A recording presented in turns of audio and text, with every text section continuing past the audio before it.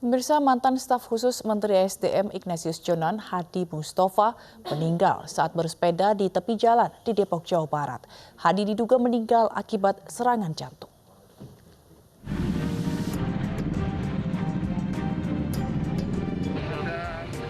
Warga Kelurahan Tugu, Kota Depok, Jawa Barat sempat dikejutkan dengan peristiwa meninggalnya seorang pesepeda pada Jumat siang. Korban yang kemudian diketahui bernama Hadi Mustafa meninggal di Jalan Komjen M. Yasin dan sempat membuat warga sekitar panik dan takut. Warga mengira korban terpapar COVID-19. Tidak ada warga yang berani mendekat hingga petugas medis RS Bayangkara lengkap dengan APD mengevakuasi korban. Kejadiannya pas saya lagi kerja, tiba-tiba sepeda jatuh. Tadinya saya berawal mau bantuin karena takut kena COVID, akhirnya saya nggak berani. Habis itu saya mengarah ke Brimob sama ke Rumah Sakit Bayangkara. Saya meminta bantuan ke polisi setempat. Hadi Mustafa berusia 55 tahun, warga perumahan Gria Tugu asli Depok. Pernah menjabat sebagai staf khusus Menteri SDM Ignatius Jonan. Saat ini, Hadi menjabat sebagai Komisaris Pertagas. Belum diketahui pasti penyebab kematian Hadi. Namun menurut pemeriksaan awal petugas medis, diduga Hadi meninggal karena serangan jantung. Jenazah kemudian dievakuasi ke RS Bayangkara Brimob Cimanggis. Dari Depok, Jawa Barat, Ibu Rizky, iNews melaporkan. Polisi terus menyelidiki kasus bocah berusia 5 tahun yang ditemukan di dalam toren pengisian air yang terletak di lantai 3 rumah korban.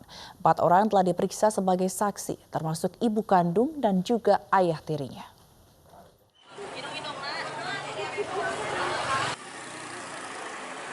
Warga Kampung Babakan Stasiun, Kecamatan Cicalengka, Kabupaten Bandung, Jawa Barat, Jumat siang digemparkan dengan penemuan jenazah bocah di dalam toren pengisian air yang terletak di lantai 3 rumah kos.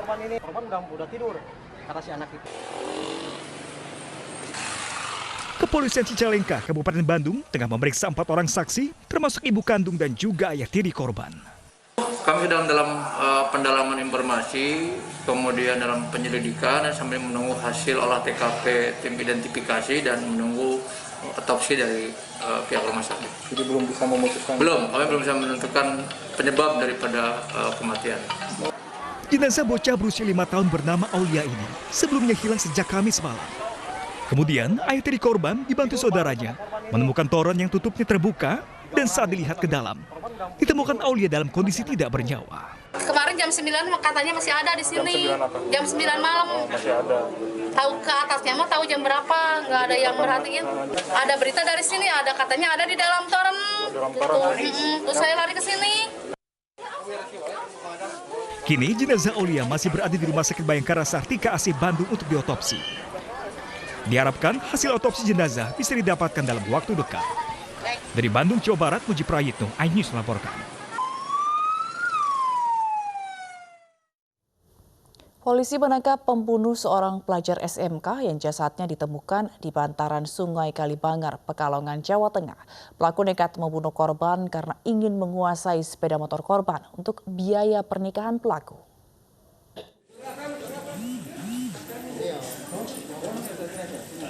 KN, pelaku pembunuhan seorang pelajar SMK di Pekalongan, Jawa Tengah, ditangkap jajaran Satreskrim Polres Pekalongan Kota.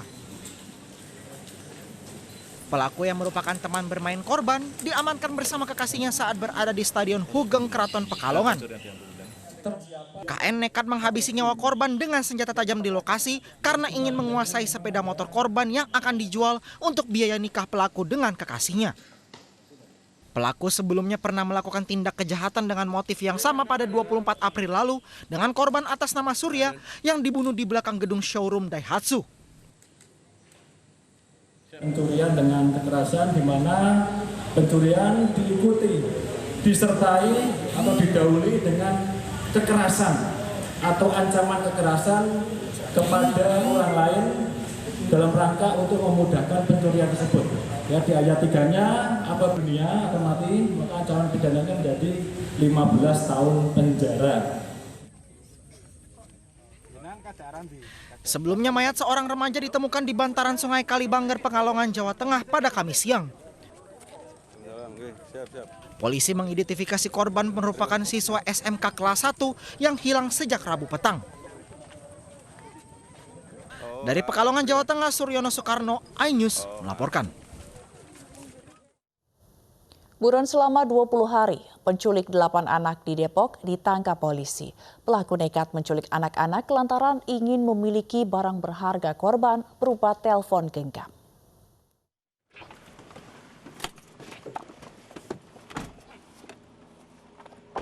Polisi berhasil menangkap pelaku penculikan 8 orang anak yang terjadi di Depok, Jawa Barat. Pelaku yang buron selama 20 hari ini adalah tunawisma dan ditangkap di sebuah taman di sekitar Stasiun Senen, Jakarta. Pelaku ditangkap tanpa perlawanan. Pelaku mengaku nekat menculik anak-anak tersebut lantaran ingin menguasai harta benda berupa telepon genggam milik korban. Iya. Kalau dari sini ke ini itu anak-anaknya HP-nya doang. Itu ngincer handphonenya doang? Iya. Yang diambil berapa handphone? 3 handphone. Semuanya udah dijual? Iya. Kemana? Yang Mas Sandi, Mas Sandi 2, Mas Sipir Lampung 1. Korban ada dicolek-colek? Korban ada dicolek-colek? Udah. Cuma ngayal doang coli, Pak. Tidak hanya itu, pelaku juga melakukan pelecehan terhadap 2 korban anak perempuan. Satu orang. Kini, pelaku masih menjalani pemeriksaan di Satreskrim Polresta Depok untuk mempertanggungjawabkan perbuatannya. Dari Depok, Jawa Barat, Ibu Rizky, iNews melaporkan. Video aksi 5 wanita berjoget TikTok Challenge di sejumlah traffic light dan zebra cross di Kota Ternate, Maluku Utara viral di media sosial. Dari kelima wanita tersebut, 1 diantaranya telah dimintai keterangan oleh pihak kepolisian dan meminta maaf secara terbuka kepada masyarakat Kota Ternate.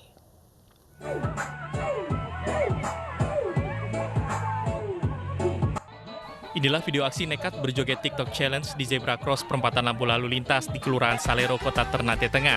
Aksi yang dilakukan RF ini viral di sejumlah media sosial dan mendapat ratusan komentar dari warganet. Dalam video yang direkam warga ini terlihat RF berjoget TikTok yang disaksikan puluhan pengendara. Bahkan banyak warga sekitar yang terhibur ikut menyaksikan dan berkumpul di sekitar traffic light tanpa menghiraukan physical distancing. Aksi nekat RF ini ditanggapi oleh pihak kepolisian lalu lintas Polres Ternate yang langsung menjemput RF di kediamannya untuk dimintai keterangan karena dianggap telah mengganggu dan membahayakan keselamatan para pengendara serta dia sendiri. Di hadapan polisi, RF menyesalkan aksi nekatnya dan meminta maaf secara terbuka kepada warga Kota Ternate. Untuk itu saya memohon maaf pada seluruh masyarakat Kota Ternate dan tidak akan mengulangi tindakan tersebut lagi. Saya menghimbau kepada masyarakat agar tidak mengikuti apa yang saya lakukan. Selain RF, aksi joget TikTok yang membahayakan ini juga dilakukan 4 wanita lain. Kasat Lantas Polres Ternate AKP Setiaji atau Atmajo membenarkan tindakan tersebut dan dari kelima oknum itu baru 1 oknum yang sudah dimintai keterangan dan telah membuat permohonan maaf. Katanya dia bersangkutan hanya ikut-ikutan saja untuk memeriahkan supaya di akun Facebooknya bisa sampai 3.000 like ya. Jadi saya nggak tahu motivasinya apa, karena satu sisi dia mengganggu ketertiban umum, baik itu untuk pengendara kendaraan maupun masyarakat seputaran lokasi yang dijadikan tempat joget. Sementara itu untuk 4 oknum lainnya hingga kini telah dilakukan tracking oleh polisi guna dimintai pertanggungjawaban atas tindakan mereka yang membahayakan banyak orang. Dari Ternate, Maluku Utara, Ismail Sangaji, iNews melaporkan. Kepala Dinas Pariwisata, Pemuda dan Olahraga Bondowoso, Hari Patriantono yang viral karena menari TikTok bersama seorang wanita di atas meja kantor memperoleh sanksi penurunan jabatan sebagai staf bagian umum Pemkab setempat.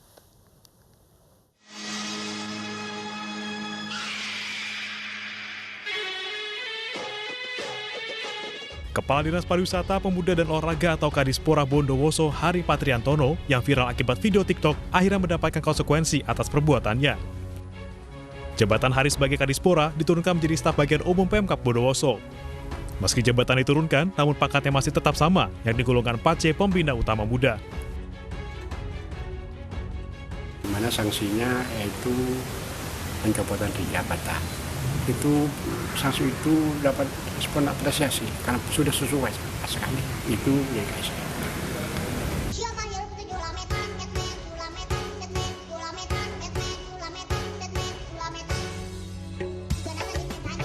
Sebelumnya, Hari Patriantono mendadak menjadi perbincangan karena membuat video TikTok di atas meja kantor dinas bersama seorang perempuan.